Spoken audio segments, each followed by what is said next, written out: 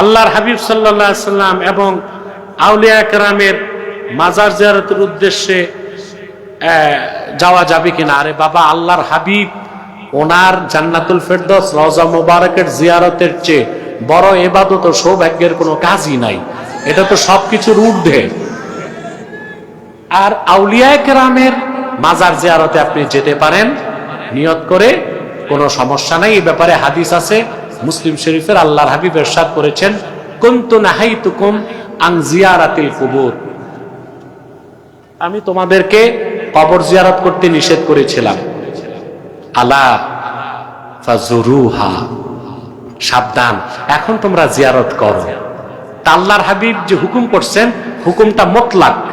এজন্য আল্লাহর ওলিদের মাজার শরীফ জিয়ারত করতে নিয়ত করেও যাওয়া যাবে, নিয়ত ছাড়াও যাওয়া যাবে, সমস্যা নেই। তবে মাজার জিয়ারত করতে যায়া মাজারে চুমা খাওয়া, আল্লাহর ওলির মাজারে চুমা খাওয়া, আল্লাহর ওলির মাজার তোয়াফ করা, এগুলো শিরকি কাজ। সাজদা করা শিরকি কাজ।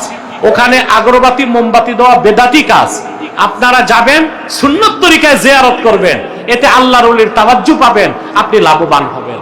সেখানে কোনো শিরকি কাজ করা যাবে না। পকেটে রাখো। হ্যাঁ,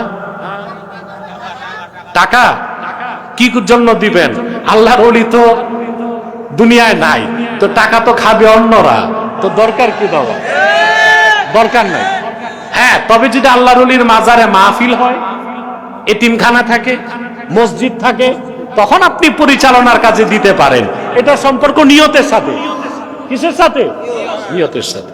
দেখা যায় আল্লাহর ওলির মাজার জিয়ারত অনেক মানুষ গেছে, তাদের মেহমানদারি করবে, তবে যেখানে গাঁজাখোর খাদেম আছে ওইখানে দেওয়া যাবে না। ও আবার টাকা দিয়া গাঁজা কিনবে। কি কিনবে? গাঁজা কিনবে।